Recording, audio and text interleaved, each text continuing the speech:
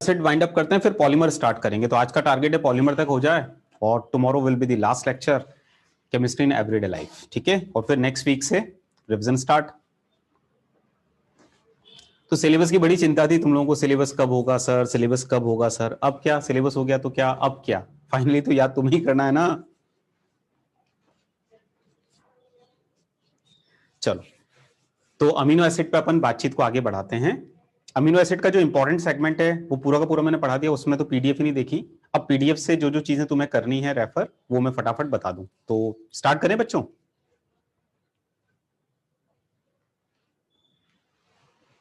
Glycine समझ नहीं आया बेटा? लास्ट क्वेश्चन में ग्लाइसिन नहीं समझ में आया, उसको एक बार मैं फिर एक्सप्लेन करता हूं। थोड़ा सा टफ तो था वो, नो डाउट। उसको समझना कैसे था बच्चा, वो ऐसे समझना था। उसके लिए तुम्हें ये लगेगा, ये वाली स्ट्रक्चर देखो, जिसको नहीं समझ में आया। इस डाइपेप्टाइड को जब हमने बनाया और जब हम इसको पढ़ते हैं तो ध्यान से देखो, ग्लाइसिन अगर एक्सट्रीम लेफ्ट में होगा, ग्लाइसिन अगर एक्सट्रीम लेफ्ट में होगा तो NH2 फ्री होगा, और उसका NH2 जो फ्री है वो CH2 पर है। This is not a chiral centre. हमें जो ये क्वेश्चन दिया था बेटा, ये वाला जो आईटी में आया था, इसमें बोला था कि free NH2 group chiral centre पे होना चाहिए। तो अगर तुमने ग्लाइसिन को एक्सट्रीम लेफ्ट में रखा तो फ्री NH2 ग्रुप तो ग्लाइसिन पे होगा, अगर एक्सट्रीम लेफ्ट में रखा ग्लाइसिन को। और NH2 अगर ग्लाइसिन पे रहा तो वो तो CH2 से कनेक्टेड होगा, which is not a chiral centre. तो अगर वो बोल रहा है क्वेश्चन में कि free NH2 group must be presented chiral centre, मतलब इनडायरेक्टली बोल रहा है कि ग्लाइसिन को आप एक्सट्रीम लेफ्ट में मत रखिए, रखोगे तो फिर ये कंडीशन सेटिस्फाई नहीं होगी। क्या बात समझ में आई? सानिया बिटिया, शायद आपने पूछा था मुझसे। Sania, have you got it बेटा? ये चीज क्या थी, वो लाइन का मतलब क्या था? चलो अब सुनो, पीडीएफ पे आते हैं। आप सुनो बच्चों, पीडीएफ ऑलरेडी EUC3 की पीडीएफ है। तो तुम्हें जितने भी अमीनो एसिड्स हैं 20 के 20, उनकी स्ट्रक्चर याद करनी है, उनके नाम याद करने हैं, और उनके एब्रेटिव याद करने हैं, करने पड़ेंगे। अगर तुम 100% क्वेश्चंस करना चाहते हो, बायोमोलिकुलर का क्वेश्चन भी आए और करना चाहते हो, तो ये आपको करना पड़ेगा। लिख लिख के याद करो, कैसे भी करो, लेकिन करना पड़ेगा। चाहो तो डेली एक टारगेट ले लो कि आज से मुझे डेली एक एक याद करना है, ठीक है, बट ये याद करना पड़ेगा। अब वो पढ़ेंगे जो हमने नहीं पढ़ा। तो मैं अब केमिकल प्रॉपर्टी पे आ जाता हूं फटाफट। ये सब बता दिया मैंने, डेरिवेशन वगैरह सारी चीजें। अब केमिकल प्रॉपर्टी देखो यार, केमिकल प्रॉपर्टी, केमिकल प्रॉपर्टी, ठीक है, आई थिंक दिख रहा है सभी को। तो केमिकल प्रॉपर्टी में भी जो जो हमने पढ़ रखा है वो सारी चीजों पे हम एक बार फिर से फटाफट देख लेते हैं। ध्यान दो, क्या ये पीडीएफ सबको दिख रही है? पहले बताओ, फिर मैं समझाऊंगा। दिख रही है सबको? थोड़ा सा बड़ा और कर देता हूं, और अब देखो बच्चों, ये आपका अमीनो एसिड है।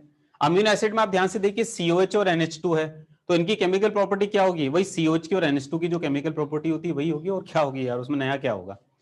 तो ध्यान देना भैया, HBr अगर तुमने लिया तो HBr एसिड है, ये बेस है, तो एसिड बेस न्यूट्रलाइजेशन होगा ना।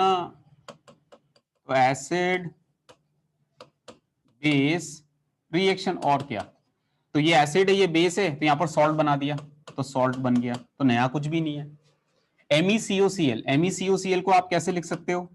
Me double bond Cl, reaction कैसे होगी? जाएगी, ये NH2 ग्रुप पे इलेक्ट्रिक न्यूक्लियोफाइल आएगी, वापस आएगी, छू हो जाएगी, तो माइनस ऑफ HCl, और क्या हो जाएगा? यहां से H हट के COCl लग जाएगा, COCl नहीं, सॉरी, COCH3, तो असाइलेशन हो गया। तो क्या कुछ नया है क्या, बताओ? पढ़ा हुआ है ना? तो कुछ भी नहीं, अमीनो ग्रुप की है यार। NaO2HCl, सुनो सुनो सुनो, NaO2HCl, ये बड़ी एक अच्छी रिएक्शन है, इसको मैं बताता हूं तुम्हें, बोर्ड पे बताता हूं, इसको मैं बोर्ड पे बताता हूं। अब बोर्ड पे बताने के लिए मैंने न्यूक्लिक एसिड लिख दिया, बट एक स्लाइड में यहां इंसर्ट करता हूं।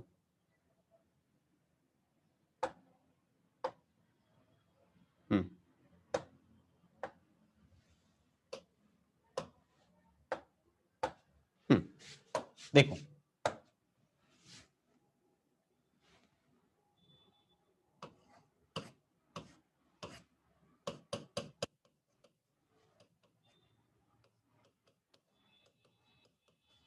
इस पर जब NaNO2HCl की आप रिएक्शन करवा रहे हो बच्चों, NaNO2HCl, तो इसको एक काम करता हूं मैं, थोड़ा सा अलग तरीके से लिखता हूं। यहां कायरल सेंटर है, और अगर CIP अप्लाई करूं तो 1 2 3 S आ रहा है, एस। तो मैं एक काम कर रहा हूं, इसको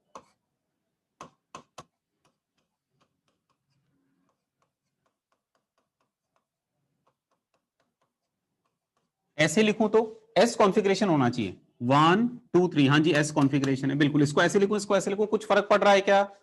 वो फिशर में है। हाँ, स्टीरियो केमिस्ट्री में क्या करना भव्य, उसी की मैं बात कर रहा हूं, उसी को समझाने के लिए मैं बात कर रहा हूं। तो क्या मैं उस कंपाउंड को ऐसे लिख सकता हूं, चलेगा क्या? इतनी बात मानते हो? तो ये यहां कार्य सेंटर पे एस कॉन्फ़िगरेशन है, ये फिशर में है, ये वेस्ट डैश में। अब इसमें जब NaNO टू HCl की रिएक्शन कराओगे बच्चों, तो देखो होगा क्या, NaNO टू HCl से क्या होगा। ये तो डाइजोटाइजेशन है यार। तो जो प्राइमरी अमीनो ग्रुप है वो N2 पॉजिटिव में पहले कन्वर्ट होगा, ये हमें पता है। तो NaNO टू HCl से पहले ये जो जनाब हैं ये N2 पॉजिटिव में कन्वर्ट होंगे।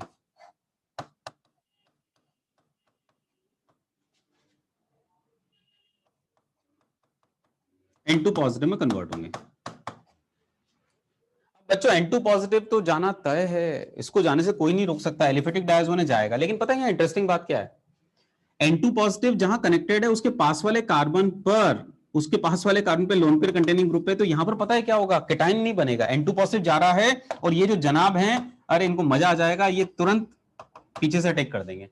तो this O will act as internal nucleophile. तो ये पीछे से अटैक करेगा, तो क्या बनेगा भाई, सी डबल बॉन्ड O, इस जनाब ने पीछे से अटैक कर दिया और O पे आया पॉजिटिव, ठीक है, ये बना। अच्छा, इसके बाद में आपको पता है ये जो ट्राइंगल है ये ओपन तो होना है, ठीक है, तो ये ओपन होगा। दूसरा, इसको ओपन करेगा कौन, तो भैया NaNO टू HCl में मेनली पानी होता है, तो पानी will act as a nucleophile. तो पानी अब आएगा और अटैक करेगा। ओपन यहां कहां से होगा, ये जनाब यहां से ओपन होंगे और पानी इसको ओपन करेगा। लेकिन जब पानी ओपन करेगा तो अब इसके लिए लिविंग ग्रुप है ये डॉटेड वाला, तो ये जो पानी ये फ्रंट साइड से अटैक करेगा। इसका मतलब यहां पर आंसर क्या आएगा, आंसर आएगा COH अपनी जगह और डार्क पर ही OH तुम्हें नजर आएगा। इसका मतलब इसमें स्टीरियो केमिस्ट्री रिटेन रही। इंपॉर्टेंट बात ये थी कि NH2 अगर डार्क पर है तो ये तो तय था कि डाइजोटाइजेशन में N2 बन के और हटके और OH आना है, ये तो तय था। बट स्टीरियो केमिस्ट्री क्या, रिटेंशन। क्यों, इस ससुर COH के चक्कर में, क्योंकि COH ने क्या करा, NGP की तरह बिहेव कर दिया, ठीक है, तो पलटा फिर पलटा, नेट सीधा सीधा। समझ में आई बात? पानी कहां से आया, अरे ससुरे ये NaNO टू HCl जो होता है ये एक्वस मीडियम ही तो होता है। HNO2 का एग्जिस्टेंस ही पानी में होता है, एक्वस मीडियम में नहीं बेटा। NaNO टू HCl में देखो, इसको ओपन करने के लिए पॉसिबल न्यूक्लियोफाइल में Cl नेगेटिव भी है, NO2 नेगेटिव भी है, लेकिन मेन पानी होता है क्योंकि NaNO टू HCl में मेनली एक्वस मीडियम है। तो मेन जो आंसर आता है मेजर, वो तो OH से ही आता है, मतलब पानी से ही आता है, और नेट अल्कोहल। अरे सॉरी सॉरी सॉरी, फिनाइल कहां गया, अरे ले ले ले ले, सॉरी सॉरी सॉरी सॉरी, ठीक है, वो फाइन नहीं, मेरा मैं थोड़ा इमोशनल हो गया था, मेरा पूरा ध्यान COH पे था। फिनाइल तो होगा ना, वो जो भी है वो तो होगा ही, ठीक है। चलो, तो कुल मिला के इसमें आंसर क्या देना है बच्चों, इसमें आंसर देना था अपने को H5COH, और जहां NH2 है वहीं पर OH, जहां NH2 है वहीं पर OH। अच्छा, इस पर मान लो एक और रिएक्शन पूछिए, फिर मैं इमोशनल हो रहा हूं तो फिर एक स्लाइड लूंगा, जब जब मैं इमोशनल होऊंगा तो एक स्लाइड लेते जाऊंगा। यार बहुत ज्यादा लिख दिया तुम्हें यार, पहले मैं इतना लिखना नहीं चाह रहा था, मैं बहुत ज्यादा इमोशनल हो गया, पूरा ही मैं मतलब लिख के ही पढ़ाने लग गया। ये क्या बात हुई कमल, गलत बात। तुम डिसाइड करके आए थे कि तुम्हें PDF से पढ़ाना, ये टिल्डन रीजन दिया है, मेरे से लिखे बगैर रहा नहीं जा रहा, मेरे को लग रहा PDF से पढ़ाऊं उससे बेहतर है थोड़ा लिख दूं, थोड़ा समझ में आ जाएगा।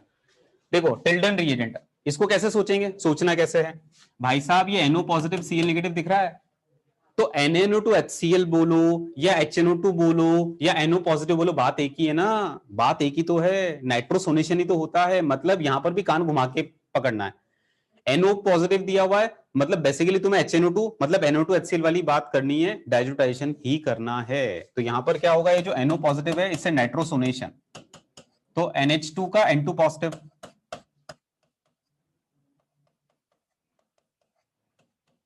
पहले, और उसके बाद में ये जनाब जाएंगे और NGP NGP वो सब होगा, और अटैक यहां पर कौन करेगा, क्योंकि Cl नेगेटिव मेनली है, तो रिटेंशन ऑफ कॉन्फ़िगरेशन NH2 की जगह Cl आएगा। तो एक बच्चे ने, मुझे याद है जब मैं एल्काइल हैलाइड पढ़ा रहा था ना, एल्काइल हैलाइड पढ़ा रहा था, उस वक्त एक बच्चे ने मुझसे डाउट पूछा था प्रिपरेशन का कि सर ये NOx पे जब रिएक्शन कर रहे थे तो RX कैसे बनता है सर? RX का प्रिपरेशन है सर, अमाइन से, प्राइमरी अमाइन से NOx से RX कैसे बनता है? अरे बेटा ये ऐसे बनता है, देख NO पॉजिटिव जो है वो डाइजोटाइजेशन वाला केस हो गया, नाइट्रोसोनेशन, तो Rn2 पॉजिटिव N2 पॉजिटिव छू X अटैक करके RX बना लेगा। बात समझ में आई? हाँ, तो COH के साथ NGP हो रहा है कुल मिला के, और NOCl में मेन न्यूक्लियोफाइल आपका Cl नेगेटिव है।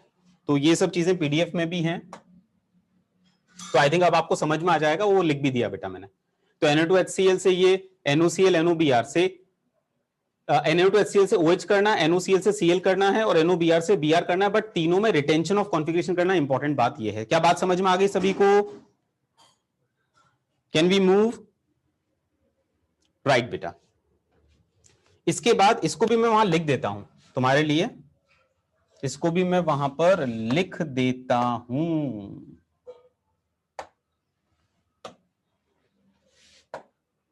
जो बची हुई रिएक्शन है वो भी लिख देता हूं, मैक्सिमम तुम्हें इस बोर्ड वर्क में मिल जाएगा।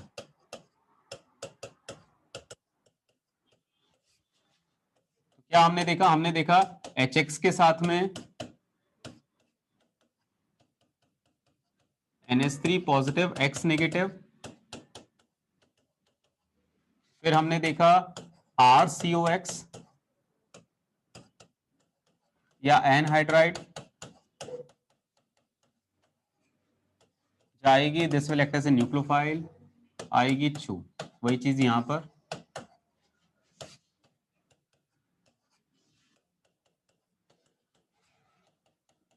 NHCOR।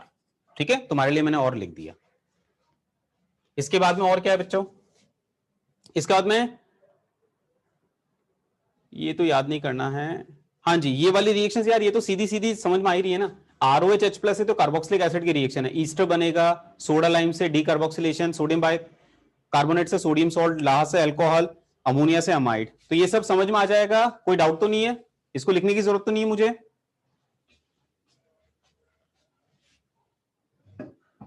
ठीक है, हाँ। तो इस पर फर्दर अगर हम लोग रिएक्शंस देखें, अब कार्बोक्सिलिक ग्रुप की जो रिएक्शन है वो क्या है? एक तो सोडा लाइम अपन ने देखा, NaOH CO के साथ में हीटिंग, तो CO2 छू, तो 5CH2NH2। अगर तुम अमोनिया के साथ में हीट कर रहे हो तो अमाइड बनेगा, पता ही है हमें, C1H2। अगर आप इस पर सोडियम बाइकार्बोनेट ले रहे हो तो सोडियम बाइकार्बोनेट से यहां पर सॉल्ट बनेगा,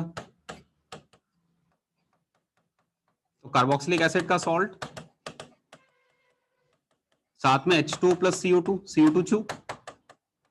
ठीक है, अच्छा इस पर अगर मान लो अल्कोहल ले लेते हो, यहां लिख देता हूं मैं, ROH लेते हो अंडर एसिडिक कंडीशन, तो ईस्टरिफिकेशन होगा, पता ही है हमें, तो 5HNH2 C double bond OR, Easter बन जाएगा। ठीक है, तो ये सब लगभग सारी रिएक्शंस। तो this is all about amino acids. Preparation आप देख लेना, एज सच सब पढ़ा हुआ है, पुराने से रिलेट हो जाएगा। तो क्या अब मैं पॉलीमर स्टार्ट करूं? ये नोट्स तो बना लेना यार, काफी कुछ मैंने लिख दिया ना। पॉलीमर के पहले अब न्यूक्लिक एसिड अपन फटाफट पढ़ लेते हैं बच्चों, ठीक है?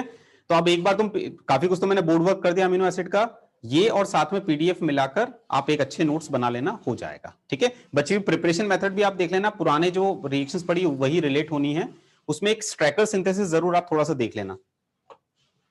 प्रिपरेशन में स्ट्रैकर सिंथेसिस थोड़ा सा इंपॉर्टेंट है, इसको जरूर लिखना बेटा। कहां है?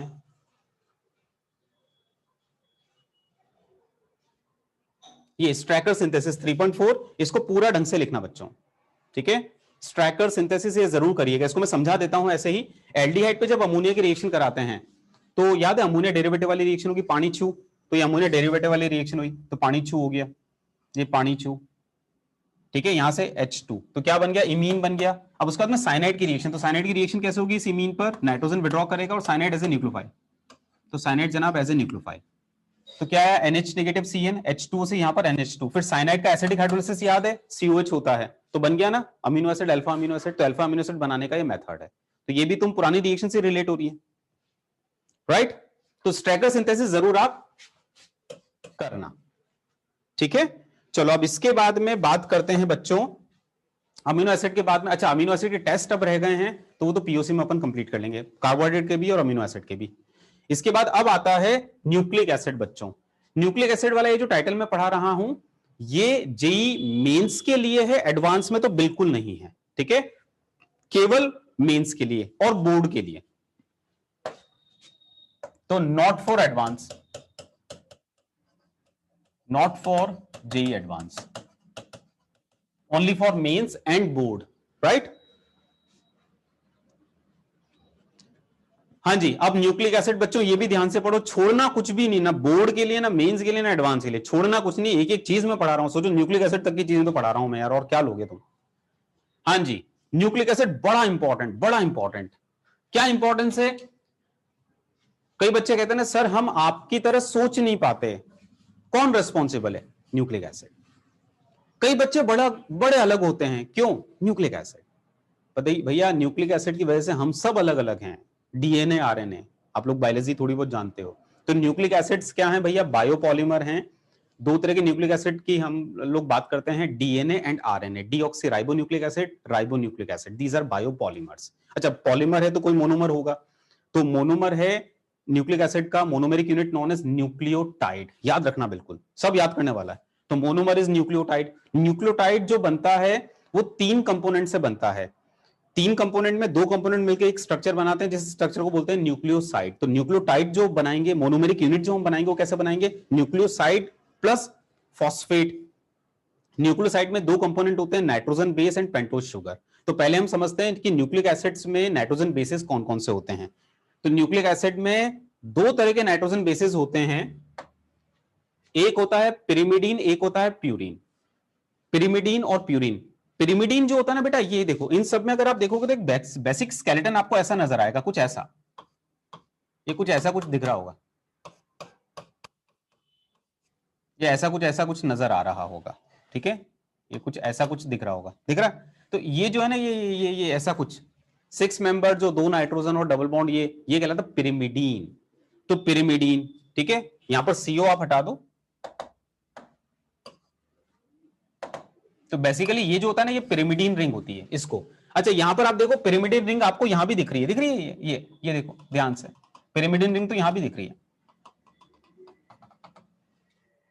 इसमें पिरिमिडीन के अलावा एक ये भी दिख रहा है जिसको इमिडाजोल बोलते हैं। जो बच्चे 11th में मुझसे ऑर्गेनिक पढ़े हैं तो उनको कॉन्जुगेशन जब मैंने इंट्रोड्यूस किया था उस वक्त भी मैंने इमिडाजोल नाम लिया था। इमिडाजोल, इमिडाजोल क्या चीज होती है? ये इमिडाजोल होता है, दिस इज इमिडाजोल रिंग।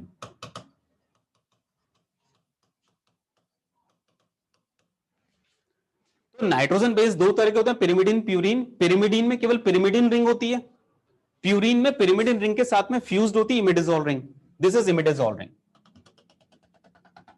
तो this is pyrimidine ring, this is imidazole ring, this is pyrimidine ring, this is imidazole ring, ठीक है? तो नाइट्रोजन बेसेस जो डीएनए आरएनए में मिलते हैं वो दो टाइप के होते हैं, पिरिमिडीन एंड प्यूरिन। पिरिमिडीन में पिरिमिडीन रिंग होती है, इसमें पिरिमिडीन रिंग के साथ में इमिडाजोल रिंग फ्यूज्ड होती है, एक चीज, ठीक है? अच्छा, अब आपको याद रखने हैं पिरिमिडीन कौन कौन से हैं? साइटोसिन, थाइमिन, यूरेसिल, ये तीन। प्यूरिन में एडेनिन, गुआनिन। ऐसी मजाक में बोल देता हूं, प्यारे सीटी तूने मारी, प्यारे सीटीयू, साइटोसिन, थाइमिन, यूरेसिल। तो पिरिमिडीन कौन कौन से हैं? साइटोसिन है, थाइमिन है, यूरेसिल है। प्यारे सीटी तूने मारी, तो CTU, right?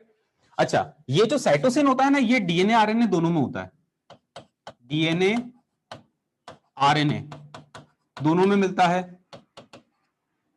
In DNA RNA, ठीक है? थाइमिन जो होता है only in DNA, only in DNA, not in RNA, ये जनाब आरएनए में नहीं होते। Uracil only in RNA, not in DNA. भैया न्यूक्लिक एसिड बड़ी खतरनाक चीज होती है, आप खुद सोचो, एक आरएनए आपको घर में बंद करके रखा, एक आरएनए ने, मुझे मजबूर कर रखा है स्टूडियो में पढ़ाने के लिए। एक आरएनए ने, कोरोना वायरस जो है, क्या है रे ससुरा, आरएनए, एक आरएनए इतनी कमाल की चीज होती है, दिखता तक नहीं है लेकिन पूरी दुनिया में हाहाकार मचा रखा उस एक आरएनए ने। समझ में आया? तो ये खतरनाक चीजें हैं। तो uracil only in RNA, not in DNA. ये इन बोथ, डीएनए में भी मिलता है, आरएनए में भी मिलता है। ये भी इन बोथ, डीएनए भी मिलता है, आरएनए में भी मिलता है। तो ये इंफॉर्मेशन जेई मेंस में पूछी गई है। सोचो क्वेश्चन कैसा आया था जेई मेंस में। एक बार 4 ऑप्शन दिए थे, आरएनए में कौन सा नाइट्रोजन बेस नहीं होता, थाइमीन। अगले साल क्या आता है, डीएनए में कौन सा नहीं होता है, यूरेसिल। तो डीएनए में थाइमीन होता है, आरएनए में थाइमीन की जगह यूरेसिल होता है। तो ये ध्यान रखना एक चीज, ठीक है। दूसरा, शुगर कौन सी होती है बेटा, पेंटोज शुगर। पेंटोज शुगर में भी ये जो है ना बीटा डी राइबोज, ये स्ट्रक्चर ये आरएनए में होती है, इन आरएनए। आरएनए में राइबोज शुगर होती है, ये राइबोज शुगर है। अब मैं तुम्हें डीएनए की शुगर बना के बताऊं क्या?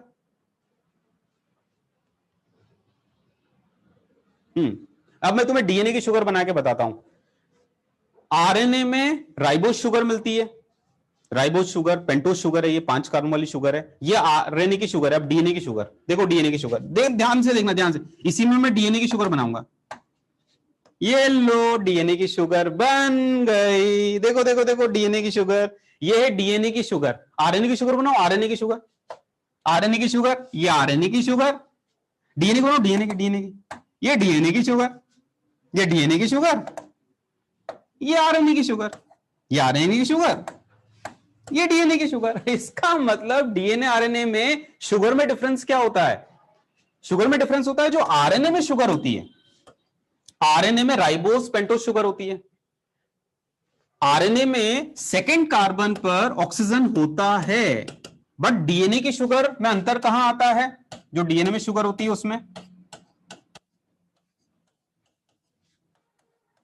उसमें जो सेकंड कार्बन है बच्चा, इस पे ऑक्सीजन नहीं होता। मतलब आरएनए में होती है राइबोज शुगर, डीएनए में होती है deoxy ribose sugar, deoxy ribose sugar. ये डीएनए में मिलती है, इन डीएनए। डीएनए आरएनए में शुगर में भी डिफरेंस होता है। आरएनए में राइबोज शुगर होती है, डीएनए में डीऑक्सी राइबोज शुगर होती है। डीऑक्सी मतलब डीऑक्सी राइबोज मतलब ऐसी राइबोज शुगर जिसमें सेकंड कार्बन पे ऑक्सीजन नहीं है। नहीं है को अंग्रेजी में क्या बोलते हैं, डीऑक्सी। अरे तुम्हें समझ में आ रहा है क्या पढ़ा रहा हूं?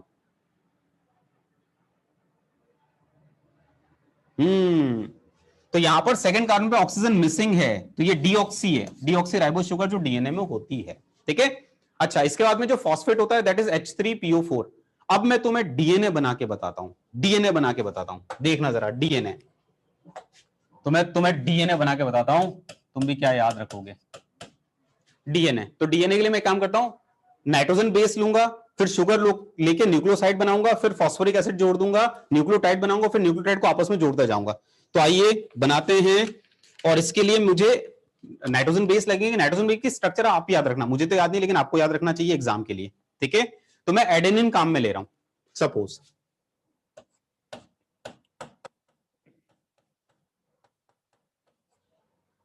तो एडेनिन,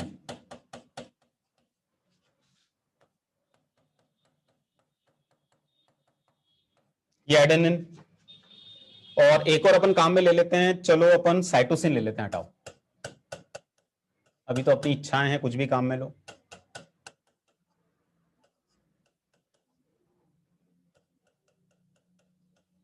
साइटोसिन, ठीक है। तो नाइट्रोजन बेस जो है भैया, इनकी स्ट्रक्चर्स याद होनी चाहिए पहले तो आपको, ये सारी की सारी। और ये बिल्कुल पता होना चाहिए कि डीएनए हो या आरएनए हो, सब में 4-4 नाइट्रोजन बेस होंगे। डीएनए आरएनए में अंतर क्या होता है नाइट्रोजन बेस का, डीएनए में थाइमिन होता है, यूरेसिल नहीं होता। आरएनए में थाइमिन की जगह यूरेसिल होता है। अच्छा, थाइमिन यूरेसिल की स्ट्रक्चर भी सेम है, देखो आप, पूरी स्ट्रक्चर सेम है, बस थाइमिन में यहां पर मिथाइल है, यहां पर मिथाइल मिसिंग है। तो तुम अगर थाइमिन याद कर लेते तो यूरेसिल अपने आप याद हो जाता है। यूरेसिल क्या है, नॉट मिथाइल वाला थाइमिन, ठीक है। हाँ जी, तो ये है अपना एडेनिन, पिरिमिडीन, प्यूरिन। पिरिमिडिन 3 होते हैं, साइटोसिन, थाइमिन, यूरेसिल। प्यूरिन 2 होते हैं, एजिनिन, गुबेनिन। ठीक है, तो मैंने एडेनिन लिया, एक तो प्यूरिन ले लिया, एक पिरिमिडिन ले लिया। सपोज ये क्या लिया मैंने, साइटोसिन लिया, साइटोसिन लिया। अब मैं करूंगा क्या, मुझे न्यूक्लियोटाइड बनाना पड़ेगा पहले। न्यूक्लियोटाइड बनाऊंगा, फिर जोड़ दूंगा तो पॉलीमर बन जाएगा। तो एडेनिन, अब इसको मैं जोड़ूंगा पेंटोज शुगर के साथ, तो मुझे डीएनए बनाना है। अगर मुझे डीएनए बनाना है तो मुझे डीऑक्सीराइबोज शुगर चाहिए, तो सेकंड कार्बन पे मैं एचएच लूंगा, ओएच नहीं। अच्छा, यहां पर OH ऊपर आता है कि नीचे आता है, तो भैया नीचे आता है। यहां पर OH नीचे और CH2OH ऊपर। ठीक है, अच्छा यहां पर फॉस्फोरिक एसिड जोड़ेंगे, H3PO4। तो ये 3 कंपोनेंट। ऐसे ही यहां पर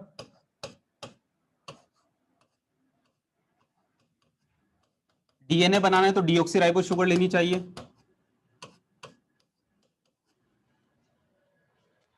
राइट। और यहां P double bond O, OH, OH, OH। अब ध्यान देना, तुम्हारे सामने मैं डीएनए बनाने वाला हूं, nitrogen base club with pentose sugar, करो क्लब। तो कुछ नहीं, H यहां से, OH यहां से, पानी छू। इसका मतलब जब ये डीएनए आरएनए बनते हैं तो छोटे छोटे मॉलिक्यूल निकलते हैं, मतलब ये कंडेंसेशन पॉलीमर है। तो कंडेंसेशन पॉलीमर हम किनको कहते हैं, ऐसे पॉलीमर जिनके फॉर्मेशन में छोटे छोटे मॉलिक्यूल निकले। तो भैया यहां पर पानी छू हुआ, राइट। चलो एक तो ये, इसके बाद में ये नंबरिंग करें 1 2 3 4 5। तो ये क्या बना बेटा, नाइट्रोजन बेस में पेंटोज शुगर जोड़ा तो ये न्यूक्लियोसाइड बन गया। अब न्यूक्लियोसाइड में फॉस्फोरिक एसिड ऐड करते हैं, फिर से पानी छू, तो फिर से पानी छू।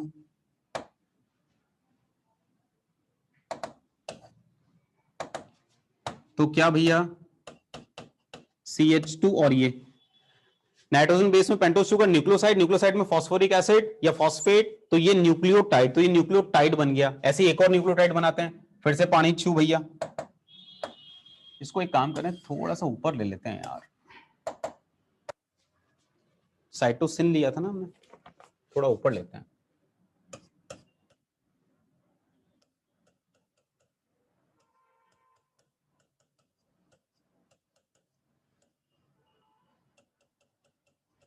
दिस इज साइटोसिन, हाँ साइटोसिन लिखा हुआ है। पानी छू, H यहां से, OH यहां से, तो नाइट्रोजन बेस और पेंटोज शुगर, न्यूक्लियोसाइड, न्यूक्लियोसाइड और फिर फॉस्फेट, तो न्यूक्लियोटाइड बनाता हूं।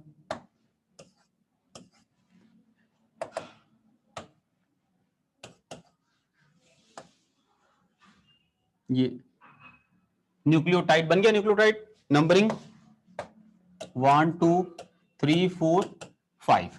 अब ये एक न्यूक्लियोटाइड, ये दूसरा न्यूक्लियोटाइड, इनको आपस में कनेक्ट करेंगे तभी तो भैया पॉलीमर बनेगा। तो आपस में कनेक्ट कैसे होता है बेटा, अब की बार ऊपर वाला जो है न्यूक्लियोटाइड, उसके थर्ड नंबर का OH और फॉस्फेट का OH में से पानी निकलेगा, तो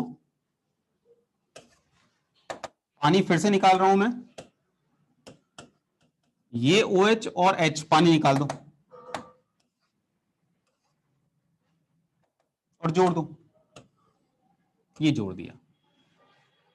इसका मतलब कनेक्शन कैसे होगा भैया, कैसे कनेक्ट होते हैं ये, हर एक न्यूक्लियोटाइड का जो फॉस्फेट है वो आगे वाले के, हर एक न्यूक्लियोटाइड का जो फॉस्फेट है वो आगे वाले न्यूक्लियोटाइड के थर्ड कार्बन का जो OH है उसके साथ बॉन्ड बना रहा है। ऐसे ही ये हर एक न्यूक्लियोटाइड का जो थर्ड वाला OH है वो पिछले वाले फॉस्फेट के साथ बॉन्ड बना रहा है, ऐसे। इसका मतलब ये पहला क्वेश्चन यहां से बनता है कि न्यूक्लियोटाइड आपस में कनेक्ट कैसे होते हैं, न्यूक्लियोटाइड आपस में कनेक्ट कैसे हो रहे हैं। देखिए इस लिंकेज के थ्रू कनेक्ट हो रहे हैं, ये लिंकेज, इस लिंकेज को मैं हाईलाइट करता हूं थोड़ा सा। ये लिंकेज कैसा है, ये रहा लिंकेज। इस लिंकेज के थ्रू न्यूक्लियोटाइड आपस में कनेक्ट हो रहे हैं, ये रहा आपका लिंकेज। ये लिंकेज कैसा है, इसको बाहर अगर मैं लिखूं तो ये लिंकेज मुझे ऐसा दिख रहा है, P double bond O, OC, OC। Phosphate खुद के तो पांचवा और पहले वाले का थर्ड, ऊपर वाले पहले वाले का थर्ड जो कार्बन है उससे और खुद के पांचवें कार्बन से कनेक्ट हो रहा है। और ये है क्या, देखो C डबल बॉन्ड OC, अगर ये होता तो इसको बोलते ईस्टर, अगर एक और OC होता तो इसको बोलते डाई ईस्टर, डाई ईस्टर। अगर ये एक ईस्टर, ये दूसरा ईस्टर, और अगर यहां फास्फोरस आ गया तो इसको क्या बोलेंगे? फॉस्फोडाई ईस्टर। 1 का 3 1 का 5, मतलब न्यूक्लिक एसिड में जो न्यूक्लियोटाइड आपस में कनेक्टेड होते हैं वो 3,5 फॉस्फोडाई ईस्टर लिंकेज के थ्रू कनेक्ट होते हैं। ठीक है, तो भैया यहां पर 3,5 फॉस्फोडाई ईस्टर लिंकेज होता है। 3,5 फॉस्फोडाई ईस्टर लिंकेज, ये बड़ी इंपॉर्टेंट बात है। कार्बोहाइड्रेट में ग्लाइकोसिडिक लिंकेज होता है, उसके थ्रू यूनिट्स आपस में कनेक्टेड होती है। ग्लाइकोसिड साइड क्या होता है? ग्लाइकोसिडिक लिंकेज क्या होता है? तो जो साइक्लिक एसिटल्स होते हैं they are known as glycosides. ऐसी अमीनो एसिड्स आपस में कनेक्ट कैसे होते हैं? पेप्टाइड के थ्रू। ऐसे न्यूक्लिक एसिड आपस में कनेक्ट कैसे होते हैं? 3,5 फॉस्फोडाई ईस्टर बॉन्ड के थ्रू। क्या ये बात समझ में आई सभी को?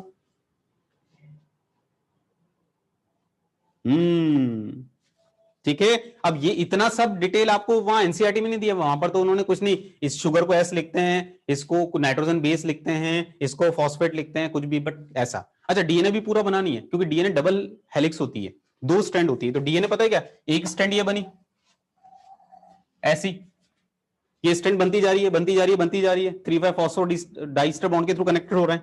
एक और स्ट्रैंड आएगी, क्योंकि it is A double helical, ऐसे। तो डीएनए इज डबल स्ट्रैंड, ठीक है, डबल हेलिक्स होता है। ठीक है, तो ये 2 स्ट्रैंड होती है। अच्छा, इनमें होता क्या है बेटा?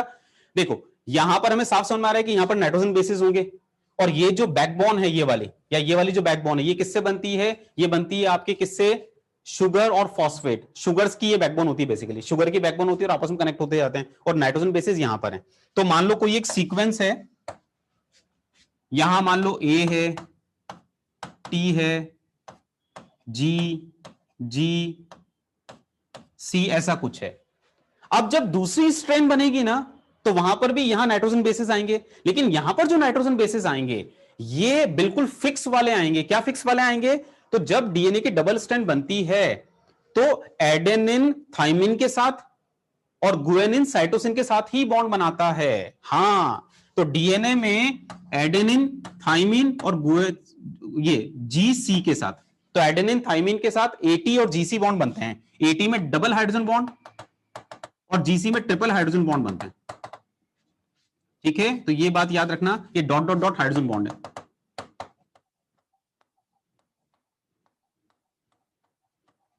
इसका मतलब आप सोचिए हाइड्रोजन बॉन्ड की इंपॉर्टेंस क्या है। आप और हम हाइड्रोजन बॉन्ड की वजह से हैं। हमारे हर सेल में डीएनए आरएनए है, और डीएनए आरएनए स्टेबल क्यों है? With the help of hydrogen bonding. तो जो नाइट्रोजन बेसिस होते हैं उनमें हाइड्रोजन बॉन्डिंग होगी। कैसे होगी? जब दूसरी स्ट्रेन बनेगी तो ए के सामने टी आएगा, ए के सामने टी आएगा, टी के सामने ए आएगा, ये फिक्स है। जी के सामने सी आएगा, सी, जी के सामने सी आएगा, सी के सामने जी ही आएगा, ये फिक्स है। और इनके बीच में हाइड्रोजन बॉन्डिंग होती ही चली जाएगी, और ये डीएनए स्टेबल हो जाएगा। जी और सी में ट्रिपल हाइड्रोजन बॉन्ड, जी और सी में triple hydrogen bond, triple hydrogen bond, यहां डबल हाइड्रोजन बॉन्ड, यहां डबल हाइड्रोजन बॉन्ड, और इस तरीके से डीएनए बनेगा।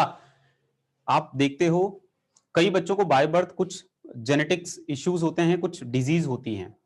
तो जो जेनेटिक मटेरियल में गड़बड़ अगर है, वो आज तक साइंस वहां तक नहीं पहुंच पाया है, उनके क्योर अभी भी नहीं है। गड़बड़ कहां होती है? जब डीएनए बन रहा है, यार यहां पर सी के सामने जी आना था, गलती से अगर ए आ गया, अरे भैया गड़बड़ हो गई। तो ये जो ससुरा वायरस है ना, उसमें भी यही हो रहा है, म्यूटेशन होते जा रहे हैं, सीक्वेंसिंग को चेंज कर रहा है, दिक्कत ये है। ठीक है, समझ में आई बात? तो this is all about nucleic acid. Okay, अच्छा, इसमें ज्यादा से ज्यादा और क्या पूछ सकता है? एक बात और बताता हूं, मैं थोड़ा इमोशनल हो रहा हूं तो बता ही देता हूं।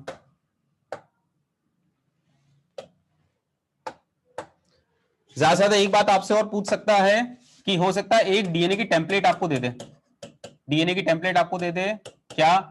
ए T T G A T C A, कुछ भी यार, और कुछ भी जो मन वो लिखो, 5। और अब आपसे क्या बोलता है?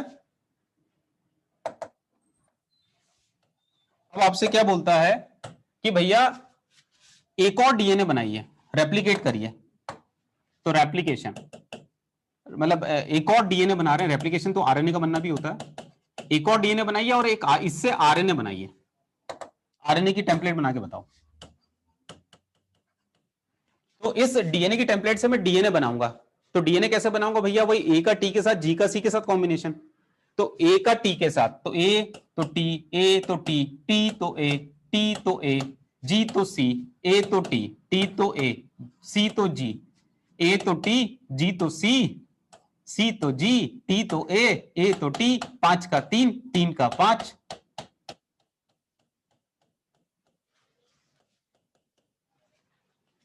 बन गया। तो इससे जब एक और डीएनए बनेगा तो टेम्पलेट ये बनेगी। आरएनए जब बनेगा तो ध्यान रखना, आरएनए में थाइमिन की जगह यूरेसिल होगा, थाइमिन की जगह यूरेसिल, थाइमिन की जगह यूरेसिल, बाकी सब सेम। तो थाइमिन की जगह यूरेसिल बनाते हैं। ए का टी, टी नहीं यू, ए का टी, टी नहीं यू, टी का ए, टी का ए, जी का सी, ए का टी, टी नहीं यू, टी का ए, सी का जी, ए का टी, टी नहीं यू, सी का जी का सी का जी, टी का ए का टी नहीं यू, 5 का 3, 3 का 5। समझ में आया? तो मैंने तुम्हें डीएनए टेम्पलेट से आरएनए भी बना के बताया और डीएनए भी बना के बताया।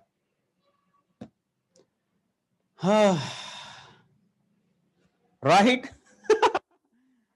चलो चलो चलो, तो this is all about biomolecules. खत्म। नेक्स्ट इज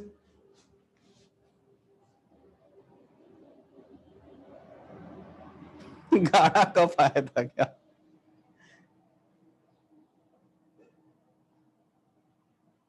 चलो, now polymer. Next title is polymer. ठीक है, पॉलीमर पॉलीमर। तो next title is polymer.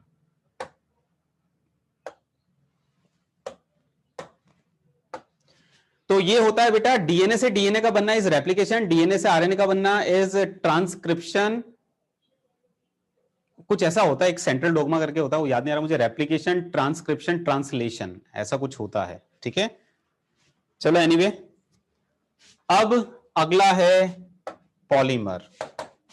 The next big title is polymer.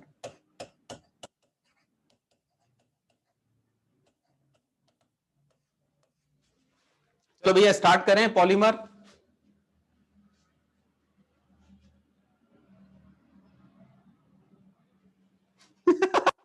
एक लिख रहा है this is all about biology.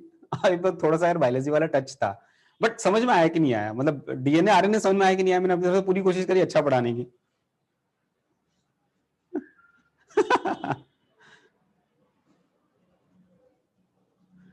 चलो कोई नहीं, अब छोड़ना नहीं। अब इसके पीछे पर्पस ये था, मैं चाहता तो ये भी कहता न्यूक्लिक एसिड पढ़ लेना यार, लेकिन अब एक बार आपने सर से पढ़ लिया ना, तो अब मुझे लगता है इजी हो जाएगा। अब एनसीईआरटी तो आराम से चुटकियों में हो जाएगी, कुछ है ही नहीं एनसीईआरटी में, कुछ है ही नहीं, 8 6 और एनसीईआरटी खत्म, इससे ज्यादा कुछ है नहीं। ठीक है, चलो अब यारों, पॉलीमर। पॉलीमर मेरी सलाह है, एनसीईआरटी सबसे बढ़िया। मतलब मैं कहूंगा अमीनो एसिड्स के लिए, पॉलीमर के लिए, केमिस्ट्री एंड एवरीडे लाइफ के लिए, एनवायरमेंटल के लिए, एनसीईआरटी बढ़िया। एनसीईआरटी से ही करना है, word to word NCERT, word to word NCERT. ठीक है, अब पॉलीमर में स्टार्ट कर रहा हूं, तो अब एक नया टाइटल है। जितना भी टाइम बचा है पॉलीमर अभी और थोड़ा बहुत अगले लेक्चर में, और अगले लेक्चर में एनसीईआरटी से ही पढ़ाऊंगा मैं chemistry and everyday life. Chemistry and everyday life में कुछ भी मैं नहीं, केवल ओरली समझाऊंगा। ठीक है, तो अगले लेक्चर में पॉलीमर कंटिन्यू रहेगा, प्लस अपना 45 मिनट 1 घंटा करीब में केमिस्ट्री एंड एवरीडे लाइफ पढ़ा दूंगा। तो पॉलीमर हम लोग देखते हैं। अब पॉलीमर क्या है? देखो पॉलीमर, पॉलीमर, पॉलीथीन, मुझे लगता है सबसे ज्यादा जिस चीज से हम घिरे हुए हैं, हमारा जीवन घिरा हुआ है, वो पॉलीमर ही है। हर चीज पॉलीमर है रे, हर चीज। ये भी ससुरा पॉलीमर है, ये भी ससुरा पॉलीमर है, हर चीज ही पॉलीमर। इतना प्लास्टिक हम लोग यूज करते हैं, मतलब मुझे लगता है हम लोग प्लास्टिक वर्ल्ड में रह रहे हैं। ठीक है, तो पॉलीथीन से मैं शुरुआत करता हूं, पॉलीथीन बना के बताता हूं। पॉलीइथीन, पॉलीथीन, पॉली मतलब बहुत सारे, इथीन मतलब इथीन, तो इथीन को जोड़ते हैं जोड़ते हैं जोड़ते हैं पॉलीथीन बनाएंगे। तो देखो,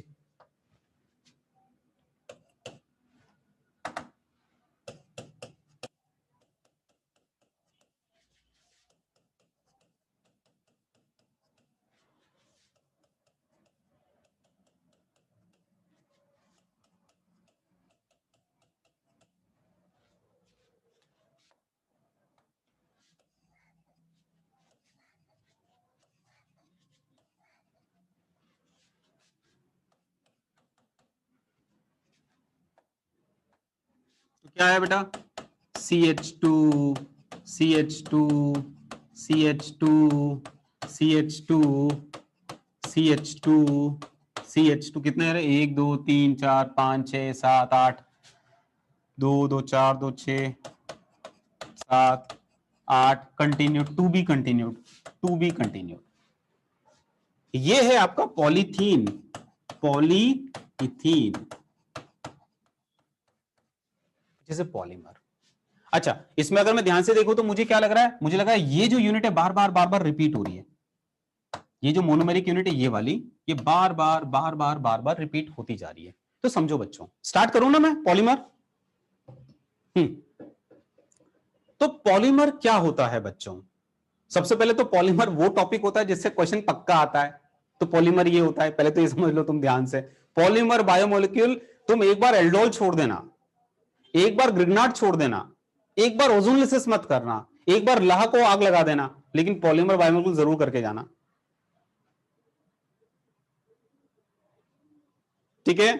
तो पॉलीमर बड़ा इंपॉर्टेंट, एक क्वेश्चन शॉर्ट शॉर्ट आएगा, एडवांस में भी आता है, मेंस में भी आता है, भैया आता है, और बिल्कुल लड्डू क्वेश्चन है। मतलब अगर तुम्हें मोनोमर्स याद है क्वेश्चन बन जाता है, मतलब बहुत ज्यादा कुछ होता नहीं है इसमें, तो इसलिए ऐसे चैप्टर को छोड़ना नहीं चाहिए जहां से पक्का क्वेश्चन आना है और बहुत कम एफर्ट्स में टॉपिक तैयार हो जाता है। चलो, पॉलीमर क्या है बेटा? पॉलीमर ये देखो, ये पॉलीमर का एक एग्जांपल तुम्हारे सामने, पॉलीथीन। तो ये इतने नहीं, बहुत सारी यूनिट्स होगी, हजारों लाखों यूनिट्स होंगी। तो पॉलीमर क्या है? मैक्रो मॉलिक्यूल्स हैं, बड़े बड़े मॉलिक्यूल्स हैं। और ये ऐसे बड़े बड़े मॉलिक्यूल्स हैं जिसमें कोई एक चीज बार बार बार बार बार बार रिपीट होती जाएगी। जैसे इसमें पॉलिथीन में देखो तो मुझे ये जो डैश सी एच टू ये बार बार बार बार बार बार बार बार रिपीटेड नजर आ रहा है। ये जो रिपीटेटिंग यूनिट होती है, it is known as monomer. ठीक है, मोनोमर। जैसे अभी हमने देखा था ना बायोपॉलिमर, डीएनए आरएनए, तो उसमें क्या होता था, न्यूक्लियोटाइड न्यूक्लियोटाइड न्यूक्लियोटाइड न्यूक्लियोटाइड बार बार बार बार बार बार बार बार रिपीट हो रहे थे। ठीक है, तो पॉलीमर्स आर मैक्रोमोलिक्यूल्स जिनमें कोई एक चीज बार बार रिपीट होती है। रिपीटेटिंग यूनिट को हम लोग बोलते हैं मोनोमर। ठीक है, तो पॉलीमर्स आर लार्जर मॉलिक्यूल्स, बड़े बड़े मॉलिक्यूल्स होते हैं, छोटी छोटी यूनिट्स रिपीट होती चली जाती है, मोनोमेरिक यूनिट उनको हम कहते हैं। ठीक है, अच्छा, अब तुम्हारे दिमाग में आ रहा होगा कि यार ये जो पॉलिथीन है ये बना कैसे है, एक तो ये चीज, दूसरा पॉलीमर को हम क्लासिफाई करते हैं कैसे। एक होता है एडिशन पॉलीमर, एक होता है condensation polymer. Addition polymer condensation polymer में क्या अंतर है? एक होता है होमोपॉलीमर, एक होता है कोपॉलीमर। इनमें तो ये डेफिनेशंस को पढ़ाने के पहले मैं अभी एक आध दो पॉलीमर आपको बनाऊंगा, उसके बाद समझाऊंगा। तो एक तो ये है, दिख रहा है। एक मैं तुम्हें पॉलिथीन बना के बताता हूं, पॉलिथीन नहीं, पॉलीप्रोपीन बना के बताता हूं। पॉलीप्रोपीन,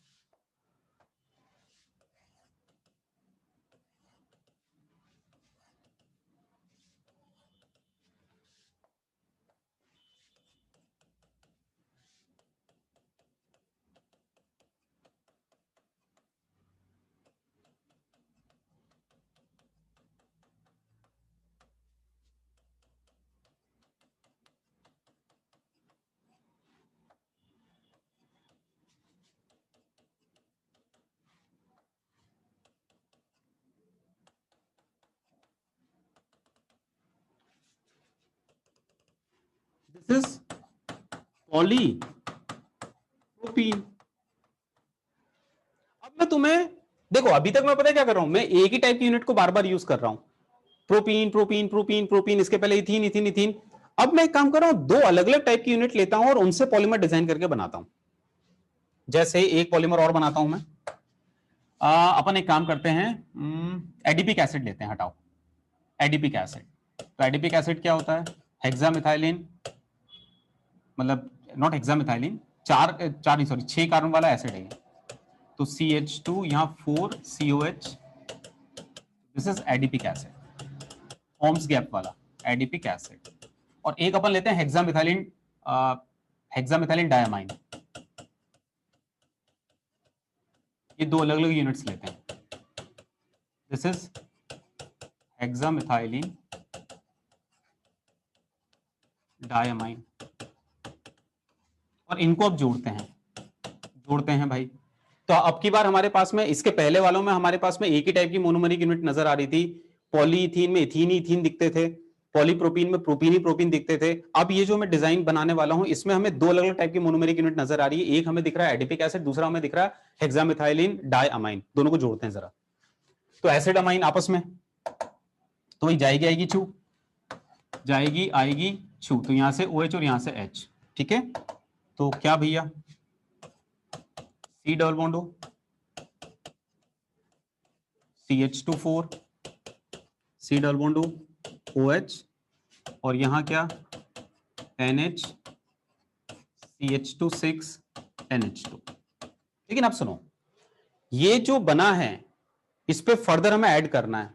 तो मुझे लगता है दो साइड्स जो हैं दोनों पे रिएक्शन हो सकती है, जो दोनों फंक्शन ग्रुप वाली साइड है। कौन सी, NH2 पर भी रिएक्शन हो सकती है और COH पे भी रिएक्शन हो सकती है। मतलब जब ये पॉलीमर बनेगा तो दो साइड पे साइमल्टेनियस ग्रो कर रहा है। NH2 वाले पे एसिड वाला कंपोनेंट ले आएंगे, जो एसिड वाला मोनोमेरिक यूनिट है, और यहां पर एसिड वाले पे अपन अमाइन वाला लेके आते हैं और जोड़ते जाते हैं। करते हैं जरा। तो यहां पर हमने क्या करा, इसको ग्रो करवा रहे हैं, तो अमाइन है तो एसिड लेके आते हैं, एडिपिक एसिड लाओ यहां पर, और यहां पर जो एसिड है तो यहां पर अमाइन लेके आओ, तो यहां पर तुम लोग अमाइन लेके आओ।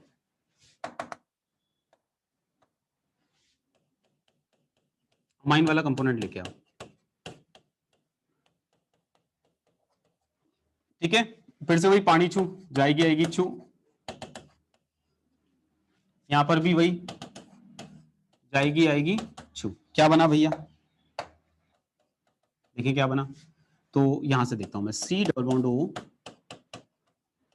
CH2 4, C double bond O, NH, CH2 6 NH, C double bond O, CH2 4, C double bond, यहां रुकेगा नहीं, चलता जाएगा ऐसे ही।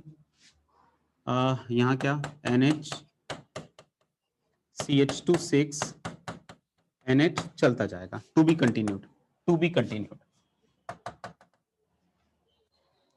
अब समझो बच्चों, सबसे पहले तो ये जो ब्रैकेट लगा के N लगाते हैं, ये लगाते कैसे हैं, इसको लगाना सीखो पहले तो।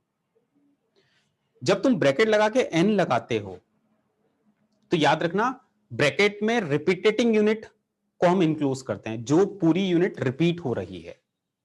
अच्छा, वो जो रिपीटेटिंग यूनिट है उससे आपको मोनोमर का आइडिया मिलना चाहिए, मोनोमर का आइडिया मिलना चाहिए। तो इस बात को ध्यान से समझो।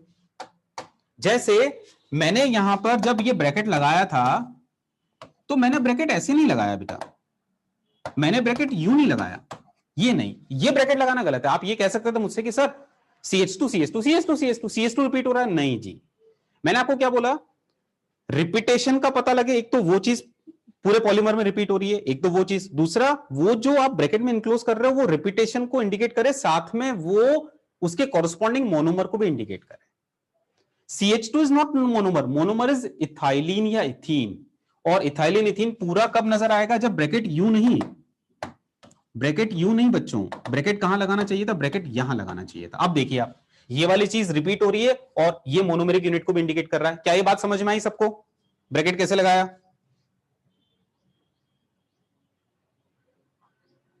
तो अभी ब्रैकेट लगाना, इसीलिए मैंने आगे वाले में ब्रैकेट नहीं लगाया। जैसे देखो मैंने यहां ब्रैकेट नहीं लगाया, तुम लोग सोच लो ब्रैकेट कहां लगाओगे, ओरली सोच लो कि मैं यहां ब्रैकेट लगा रहा हूं, फिर चेक करना अपने आंसर को। मोनोमेरिक यूनिट मतलब बेटा रिपीटेटिंग यूनिट। जैसे यहां पर ये चीज रिपीट हो रही है पॉलीमर में, पूरे पॉलीमर में, तो this is monomer.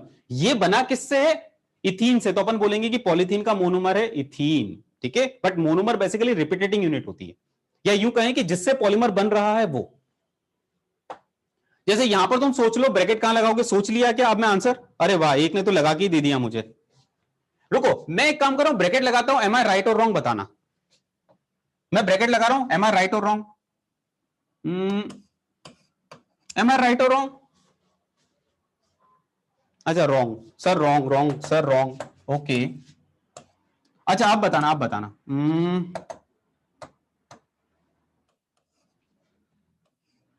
M I right और रॉन्ग, फिर रॉन्ग।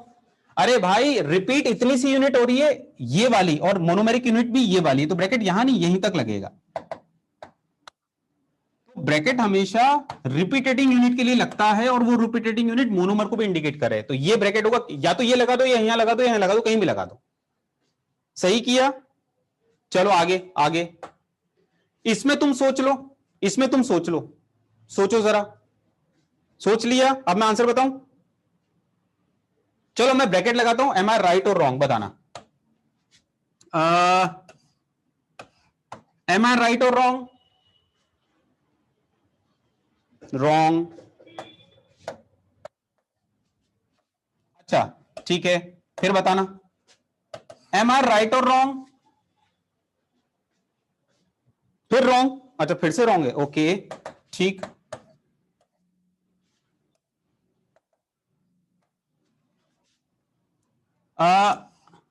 COH का CO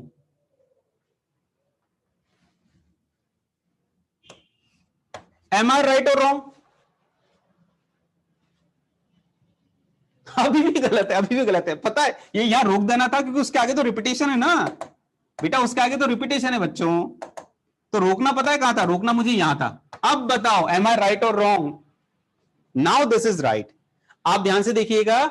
finally finally polymer macromolecules होते हैं जिसमें कोई एक चीज बार बार बार बार रिपीट होती है। रिपीट होने वाली यूनिट को बोलते हैं मोनोमेरिक यूनिट। इनडायरेक्टली हम बोलते हैं कि भैया वो मोनोमेरिक यूनिट जो बार बार रिपीट हो रही है वो कितने टाइप के जिन चीजों से बनती है उनको भी अपन मोनोमर बोल देते हैं। बट रिपीटेटिंग यूनिट ये है, इस रिपीटेटिंग यूनिट को बनाने वाले जो होते हैं उनको हम मोनोमर कहने वाले हैं बेसिकली। तो इस रिपीटेटिंग यूनिट को कौन कौन बना रहा है? एडिपिक एसिड और हेक्सामेथाइलिन डायमाइन, इन दोनों के मिलने से ये यूनिट बन रही है, और यही वाली यूनिट बार बार बार बार पॉलीमर में रिपीट होती जा रही है। तो पॉलीमर मैक्रोमोलिक्यूल्स होते हैं जिसमें एक चीज बार बार रिपीट होती है। रिपीटेटिंग यूनिट को बनाने वाली जो कंपोनेंट है दे आर मोनोमर्स। वो मोनोमर्स एक टाइप के भी हो सकते हैं, वो मोनोमर्स एक से ज्यादा टाइप के भी हो सकते हैं। और आपको पता नहीं है, ये मैंने नाइलॉन 66 बना दिया है, पता है आपको? This is nylon 66। अभी मैं तुम्हें बताऊंगा नाइलॉन जो होते हैं ना, नाइलॉन के धागे वगैरह आजकल तो बैंड हो गए, मकर संक्रांति आने वाली है, मुझे याद है हमारे जमाने में हम लोग नाइलॉन का वो मंजा जिसे बोलते थे, तो नाइलॉन का मंजा हम लोग यूज करते थे। अरे वो टूटता ही नहीं था, इतने पेज काटे हमने। आजकल तो बैंड हो गया गुजरात वगैरह, और आजकल तो पूरे इंडिया में ही बैंड है। नायलॉन वगैरह से बर्ड्स वगैरह जो होते हैं वो किल होने लगे, तो नायलॉन अब गवर्नमेंट ने बैन कर दिया। बट नायलॉन के आज भी काफी सामान हम लोग यूज करते हैं। तो नायलॉन जो होता है, नायलॉन फैमिली क्या है? बेसिकली नायलॉन फैमिली के मोनोमर्स होते हैं एसिड और अमाइंस। तो मतलब ये बेसिकली इनमें आपको अमाइड लिंकेजेस दिखेंगे, ठीक है, अमाइड लिंकेजेस दिखेंगे। और नायलॉन फैमिली की एक और खासियत है, नायलॉन फैमिली के जो मोनोमर्स है ना, इनमें जो नंबर्स आते हैं ये नंबर्स कार्बन एटम के नंबर होते हैं। ये 6 क्यों बोला समझो। एडिपिक एसिड में 6 कार्बन है, हेक्सामिथाइलिन डायमाइन में भी 6 कार्बन है, तो वो नंबर यहां पर आया नायलॉन 66। ठीक है, तो नायलॉन फैमिली में एसिड और अमाइन होता है, और इनके नंबर्स जो इंडिकेट करते हैं वो कार्बन के नंबर्स होते हैं।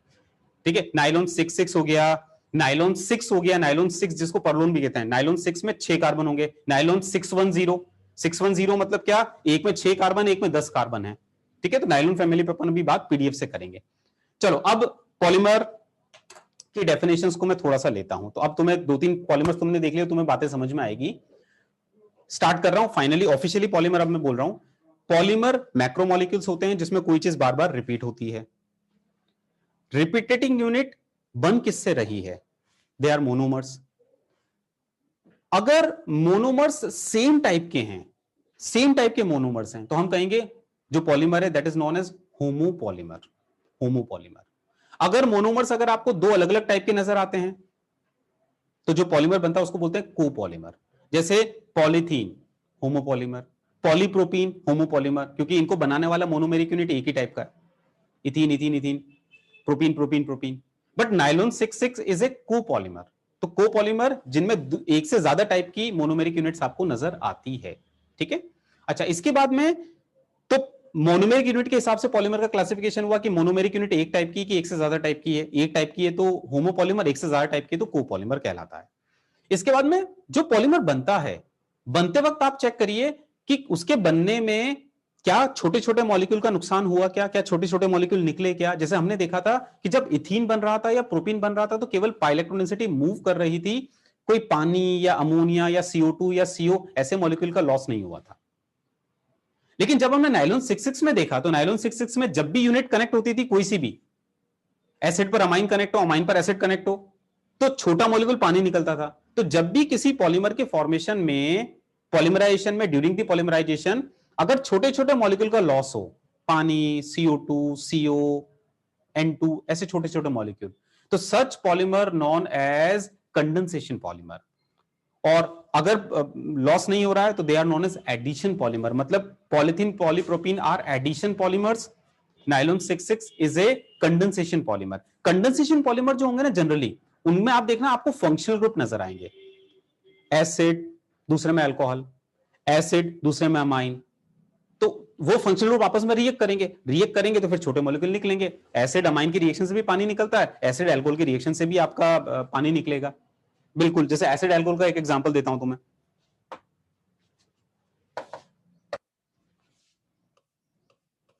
ये टरथैलिक एसिड,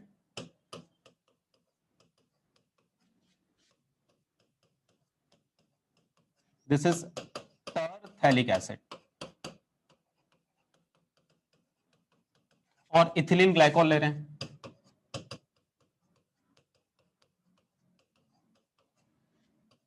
सुनो, टरथैलिक एसिड और इथिलीन ग्लाइकॉल से जो पॉलीमर बना रहा हूं, इथाइलिन ग्लाइकॉल।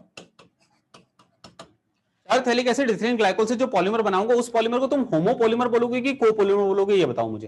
होमोपॉलीमर की कोपॉलीमर?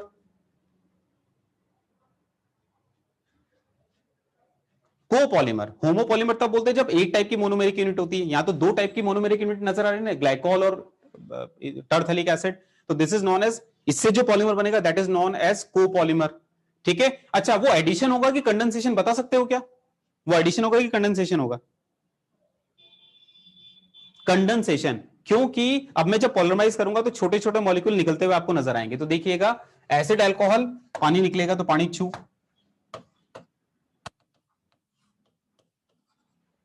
बस ऐसे करते जाओ। तो C double bond O, CH2, CH2OH, यहां पर C डबल बॉन्ड OH। अब क्या करना है भैया, ये जो अल्कोहल वाला कंपोनेंट है यहां पर एसिड आएगा,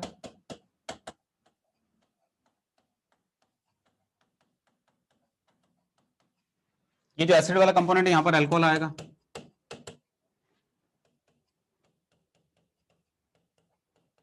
फिर से पानी छू जाएगी, आएगी, वापस आएगी, छू, सॉरी, जाएगी, आएगी, वापस आएगी, छू, बस ऐसे पॉलीमराइजेशन करवाते थे।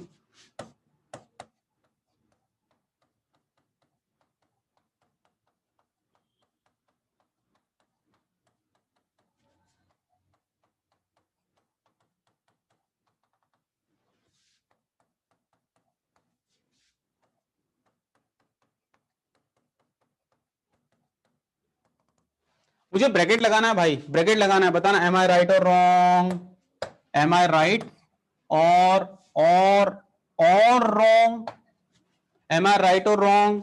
ब्रैकेट सही लगाया क्या? गलत है सर, गलत है यार। सर आप है ना हमेशा पहली बार तो गलत ही करते हो यार, पहली बार तो गलत ही करते हो यार। चल ले बस, अब तो सही है सर, अभी भी गलत है, आप दूसरी बार भी गलत करते हो, आप तीसरी बार में जाके सही करते हो। बेटा मैं कमजोर विद्यार्थी था यार, तो एक दो बार में तो मैं सही करता ही नहीं था। ठीक है, एम आई राइट और रॉन्ग? बेटा अभी भी गलत, मैं बहुत कमजोर विद्यार्थी था, तीन में भी गलत करता, चौथी बार में सही करता था मैं, पता है। या अरे ससुरा, उस ऑप्शन को काय छोड़ दिया, यहां पर एन लगेगा, समझ में आया? तो रिपीटेशन इसका हो रहा है और रिपीटेटिंग यूनिट आपके कॉरस्पॉन्डिंग मोनोमर्स को इंडिकेट करती हो। तो हाँ जी, ये टरथैलिक एसिड दिख रहा है, एथिलीन ग्लाइकोल दिख रहा है, तो बिल्कुल इन दोनों से मिलकर ये बन रहा है और ये रिपीट होता जा रहा है। बात समझ में आई? हाँ, अब पता है बेटा ये क्या है?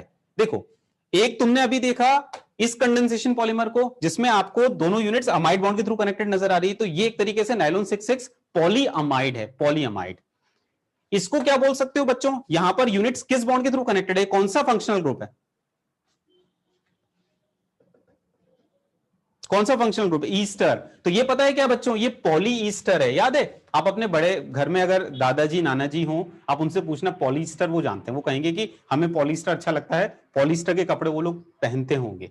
तो पॉलीस्टर मतलब हम लोग पॉलीमर केमिस्ट्री में जी रहे हैं। तो पॉलीस्टर क्या है भैया, उनके जो मोनोमेरिक यूनिट्स है वो एसिड अल्कोहल है, उनसे मिलकर बना होता है। ठीक है, चलो। इनफैक्ट ये जो है ना, ये पैट है, दिस इज पैट। पैट आपने इनफैक्ट कभी ध्यान नहीं दिया होगा, जितनी प्लास्टिक्स आप यूज करते हो, प्लास्टिक्स, तो उन प्लास्टिक्स में नीचे बॉटम पे आप देखना एक ट्राइंगल दिखता है और उसमें एक नंबर होता है, 1 2 3 4 5 6 ऐसा कुछ नंबर होता है, देखा है किसी ने? हाँ, तो वो पता है वो नंबर क्या इंडिकेट करता है? वो नंबर इंडिकेट करता है कि भैया ये जो प्लास्टिक है ये रीयूजेबल कितना है, कितना इजीली रीयूजेबल है, मतलब जितना कम नंबर वो होता है उतना इजीली उसको मोल्ड कर सकते हो। जैसे आप बिस्लेरी की बोतल जब पानी पियो तो उसके बॉटम पे चेक करना 1 नंबर के आसपास होगा, ठीक है? किसी में 2 नंबर होता है, किसी में 3 नंबर होता है, तो इन सबका अलग अलग मतलब होता है। अगर नंबर 2 है मतलब वो हाई डेंसिटी पॉलिथीन है, एचडीपीई है। अगर मान लो P1 है तो शायद वो पीईटी के लिए होता है, ये पैट के लिए 1 नंबर इंडिकेट होता है, ठीक है? तो वो रिसाइकलिंग यूनिट्स को बताता है कि मतलब कितनी इजीली वो रिसाइकल हो सकती है। चलो, अच्छा एक और बात, जितना, चलो अभी वो बात आगे बताता हूं। अभी ये समझ में आया क्या क्या, होमोपॉलीमर कोपॉलीमर ये टर्म समझ में आ गई, एडिशन कंडेंसेशन समझ में आ गया। इसी में एक और टर्म आती है, क्या टर्म आती है? वो होती है chain growth and step growth. Chain growth and step growth, इसका क्या मतलब है? तो पॉलीमर में हम लोग पहले डेफिनेशंस पे बात कर रहे हैं, जो जो डेफिनेशन हमने पढ़ ली उसको पहले लिख लेते हैं। क्या क्या पॉलीमर का क्लासिफिकेशन हम लोग देखते जा रहे हैं। तो हमने अभी देखा एडिशन पॉलीमर क्या होता है,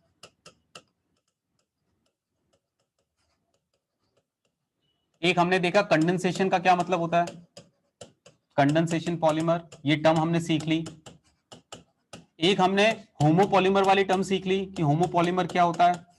जो जो टर्म हम सीखते जा रहे हैं बस एक लिस्टिंग कर रहा हूं मैं। एक कोपॉलीमर क्या होता है, ये टर्म हमें समझ में आ गई। अब एक बता रहा हूं मैं, chain growth and step growth. Chain growth polymer और step growth polymer,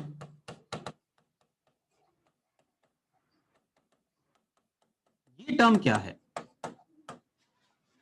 chain growth step growth polymer, ये जो टर्म होती है बेटा, ये पॉलीमराइजेशन प्रोसेस को देखकर हम डिफाइन करते हैं। अगर कभी तुम्हें लगता है कि कोई पॉलीमर की ग्रोथ मल्टीपल साइट्स में चल रही है, मल्टीपल साइट्स मतलब जैसे नाइलॉन 6 हुआ, या आपका भी हमने पॉलीस्टर जो बनाया था, पैट जो बनाया था, तो उसमें हमने देखा था कि पॉलीमर जो ग्रो कर रहा था वो एक से ज्यादा साइट्स पे ग्रो कर रहा था। इधर एसिड है तो अल्कोहल कनेक्ट हो रहा था, यहां अल्कोहल है तो एसिड कनेक्ट होता जा रहा था। तो जब भी कोई पॉलीमर की ग्रोथ एक से ज्यादा साइट्स पर साइमल्टेनियस हो, that is known as step growth. और अगर कभी तुम्हें लगे कि भैया एक यूनिट आई, कनेक्ट हुई, फिर एक कोई चीज जनरेट हुई, फिर यूनिट आई, फिर कनेक्ट हुई, मतलब पॉलीमर की जो ग्रोथ है वो केवल एक साइट पर आपको नजर आए कि एक रिएक्टिंग साइट बनती है, उस पर मोनोमेरिक यूनिट आके चिपकती है, फिर एक रिएक्टिंग साइट बनती है, फिर मोनोमेरिक यूनिट आके चिपकती है, that is known as chain growth. ठीक है, तो चेन ग्रोथ में आपको एक रिएक्टिंग साइट नजर आती है, एक मतलब एक रिएक्टिंग साइट मतलब कार्बोकेटायन या कार्बन आयन या रेडिकल, एक साइट होगी, उस साइट पर मोनोमेरिक यूनिट आके कनेक्ट होगी, फिर एक रिएक्टिंग साइट जनरेट होगी, फिर मोनोमेरिक यूनिट आके कनेक्ट होगी। अगर ऐसे ग्रोथ हो रही है तो चेन ग्रोथ। तो जो एडिशन पॉलीमराइजेशन होते हैं या एडिशन पॉलीमर्स होते हैं वो बेसिकली चेन ग्रोथ टाइप के होते हैं। और स्टेप ग्रोथ कौन से होते हैं? जो कंडेंसेशन पॉलीमर्स होते हैं, जिनमें मल्टीपल फंक्शनल ग्रुप से तो मल्टीपल साइट्स पर पॉलीमर ग्रो करता है। जैसे ये तुम्हें आई थिंक स्टेप ग्रोथ समझ में आ गया, चेन ग्रोथ समझने में थोड़ी दिक्कत आ रही होगी कि तुमने मैकेनिज्म नहीं देखा। तो मैं काम करता हूं, पहले तुम्हें एडिशन पॉलीमर जो बना, पॉलीप्रोपीन या पॉलीइथीन, ये बनता कैसे है फाइनली, एसिड कैटलाइज कैसे होता है, बेस कैटलाइज कैसे होता है, रेडिकल कैटलाइज कैसे होता है, इनके मैकेनिज्म बताऊंगा तो तुम्हें चेन ग्रोथ की डेफिनेशन और अच्छी समझ में आएगी। तो मैं तुम्हें एडिशन पॉलीमराइजेशन के मैकेनिज्म बताता हूं पहले। Mechanism of addition polymerization, addition polymerization,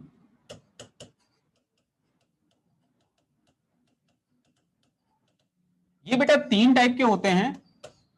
addition polymerization के मैकेनिज्म से एडिशन पॉलीमराइजेशन 3 टाइप से होते हैं, acid catalysed, base catalysed free radical mechanism. मैं पहले एसिड कैटालाइज मैकेनिज्म सिखाता हूं। H+ कैटालाइज्ड, इसे ध्यान देना बेटा। हमें क्या करना है, हमें ये प्रोपीन है N प्रोपीन, और इसको पॉलीमराइज करके पॉलीप्रोपीन बनाना है, पॉलीप्रोपीन। सपोज ये एसिड कैटालाइज्ड मैकेनिज्म में बताने वाला हूं, तो होगा क्या, बिल्कुल ध्यान से समझना आप, ये पॉलीमराइजेशन एसिड कैटालाइज्ड कैसे होता है। ये एक प्रोपीन, इस पर एक काम करिए, H+ लेके आइए।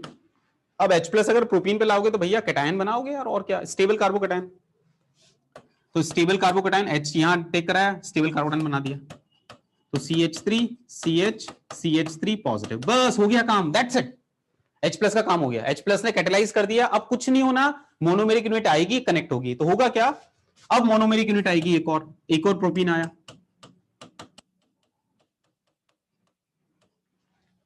This will act as electrophile, ये जनाब जाएंगे। अच्छा, इस पर कोई भी इलेक्ट्रोफाइल आएगा तो इस पर हम स्टेबल कार्बोकैटायन बनाने की कोशिश करेंगे।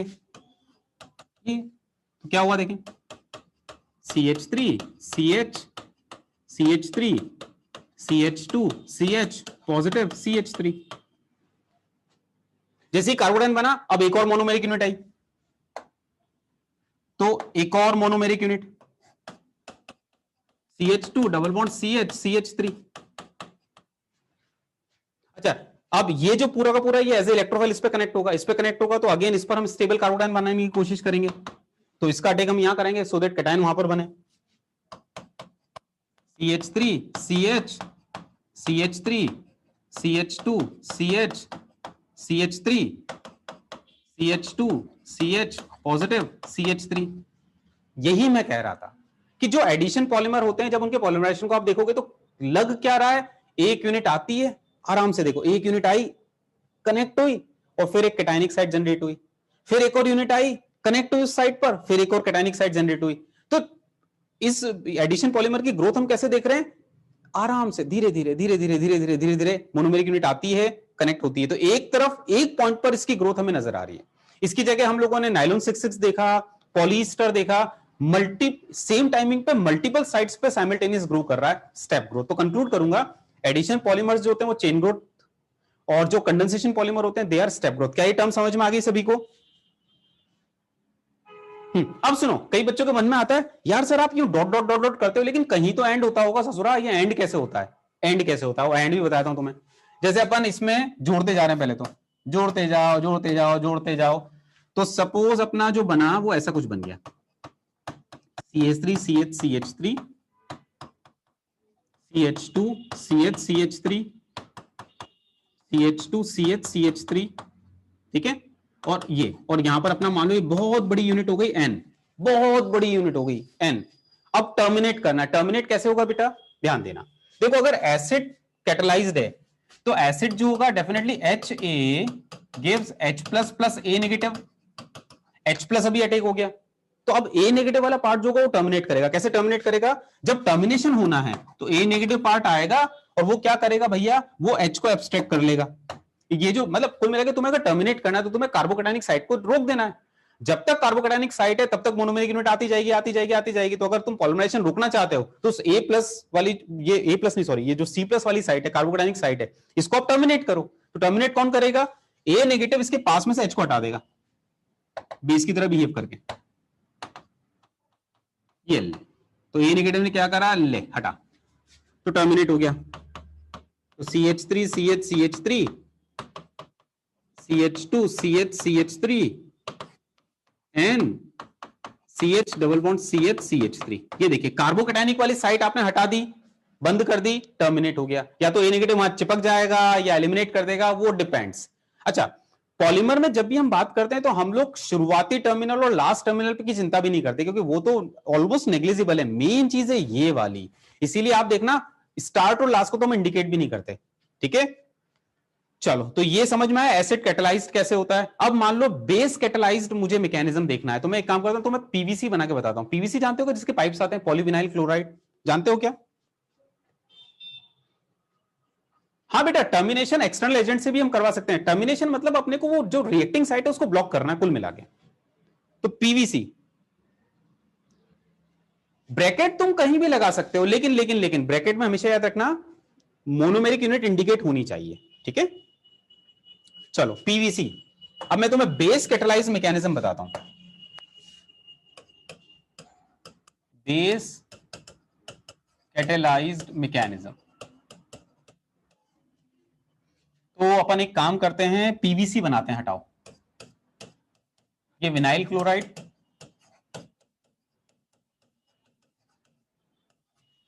तो ये पॉलीमराइज होगा और पीवीसी बना देंगे बेस कैटेलाइज्ड। तो अपन एक काम करते हैं, एच बी,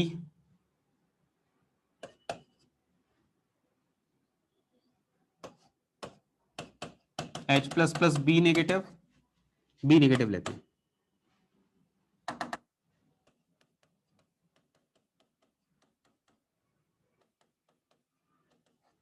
अब मुझे ये बताओ, बी नेगेटिव अटैक कराना है तो मुझे इलेक्ट्रोमेरिक इफेक्ट लगाना है। इलेक्ट्रोमेरिक इफेक्ट मैं कैसे लगाऊं बेटा, ऐसे राइट में लगाऊं कि लेफ्ट में लगाऊं, मुझे ये समझाओ।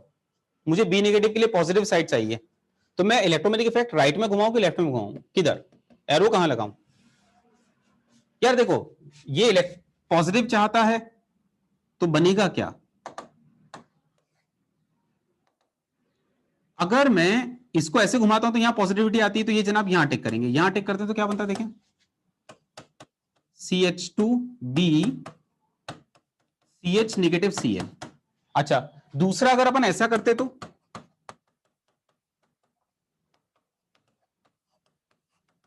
क्या बनता भाई, तो बनता CH2 नेगेटिव CHBCl। बताओ मुझे एनायन ये वाला अच्छा है कि ये वाला अच्छा है, ऊपर वाला एनायन अच्छा है कि नीचे वाला एनायन अच्छा है? ऊपर वाला, क्योंकि डी ऑर्बिटल रेजोनेंस, डी, तो एनायन हम ये नहीं बनाएंगे, वही वाला बनाना चाहेंगे, तो ये एनायन अच्छा नहीं लग रहा, वो एनायन ज्यादा स्टेबल है, ठीक है। चलो अब आगे क्या, बस काम हो गया, बेस का काम हो गया, अब विनाइल क्लोराइड आते जाएंगे, और हर वक्त अपन एनायन यहां बनाना चाहेंगे Cl वाली साइड पर, तो एनायन यहां पर, तो ये जनाब ऐसे टेक करेंगे बस, तो B CH2 CHCl CH2 CH negative Cl, फिर से CH2 विनाइल क्लोराइड लाते जाओ लाते जाओ लाते जाओ, पाइप बनाते जाओ बनाते जाओ बनाते जाओ। करना क्या है यार, इतना बढ़िया चैप्टर है यार ये, मेरा मन करे तो मैं बायोमोलिक्यूल न्यूक्लिक एसिड यही पढ़ाऊं, ये बहुत अच्छे लगते हैं, एल्डोल फेल्डोल से ज्यादा अच्छे ही है।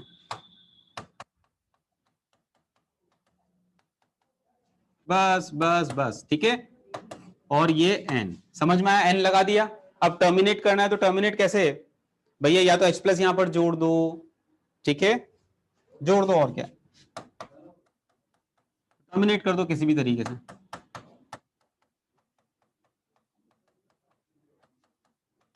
ये N CH2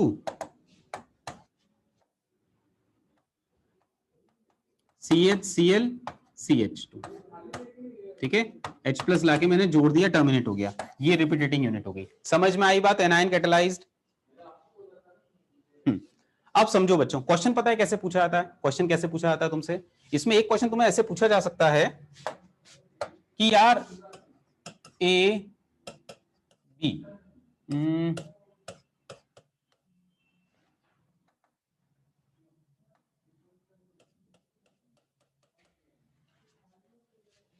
तुम्हें पूछा ये कि जैसे तुम्हें पॉलीप्रोपीन बनाना है, तो पॉलीप्रोपीन के लिए तुम एसिड कैटेलाइज्ड मैकेनिज्म लेना चाहोगे एडिशन पॉलीमराइजेशन के लिए, कि बेस कैटेलाइज्ड लेना चाहोगे?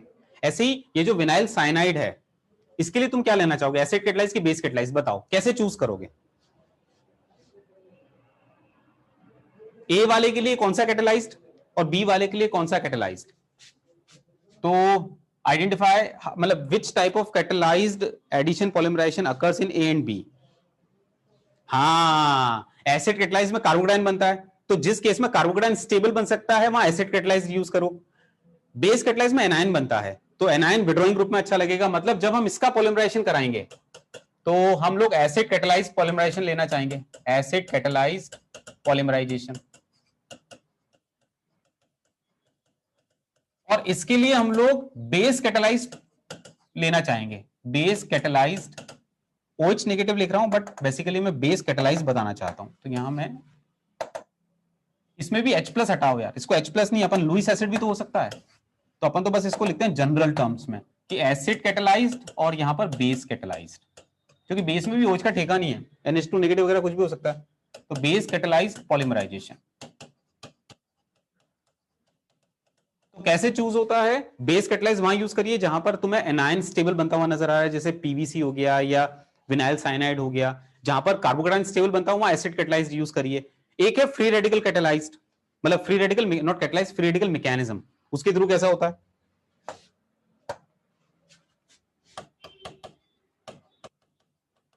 Free radical mechanism,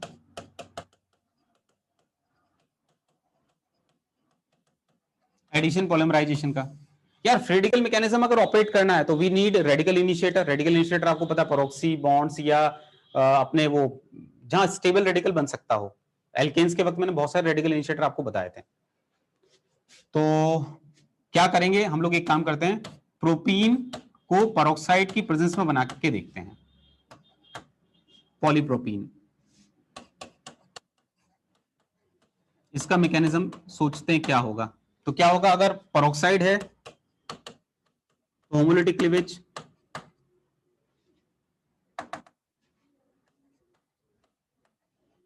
RO dot, फिर आरओ डॉट जो होगा वो प्रोपीन पे जाएगा। अब प्रोपीन पे जब जाएगा तो प्रोपीन पे भी हम लोग भाई स्टेबल रेडिकल बनाएंगे, तो स्टेबल रेडिकल कहां पर बनता है? यहां डॉट अच्छा बनता है, तो जहां डॉट अच्छा है वहीं बनाना है, बस हो गया काम। अब कुछ नहीं, प्रोपीन प्रोपीन प्रोपीन प्रोपीन लाइए और रिएक्शन करवाइए, that's it. RO CH2 CH CH3 CH2 CH CH3 repeat होती जाएगी, CH2 CH डॉट CH3 ऐसा।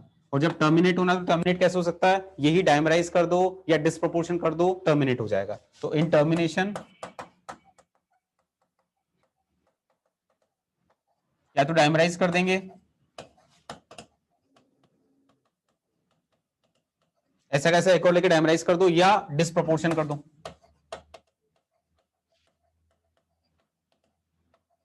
समझ में आया?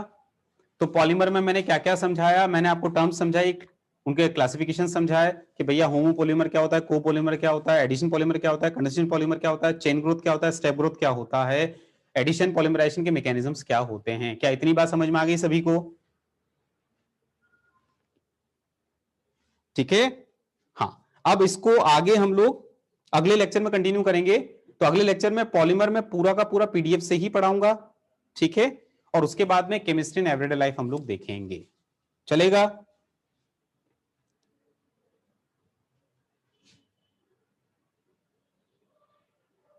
नहीं नहीं नहीं नहीं नहीं, पीवीसी में एसिड कैटलाइज नहीं होगा, भूलना रेजोनेंस 3p मतलब थर्ड पीरियड से लग रहा है तो इज नॉट गुड, ठीक है। हाँ जी, स्क्रीनशॉट ले लो बच्चों यार, स्क्रीनशॉट ले लो, बिल्कुल आप स्क्रीनशॉट लीजिए सबसे पहले तो।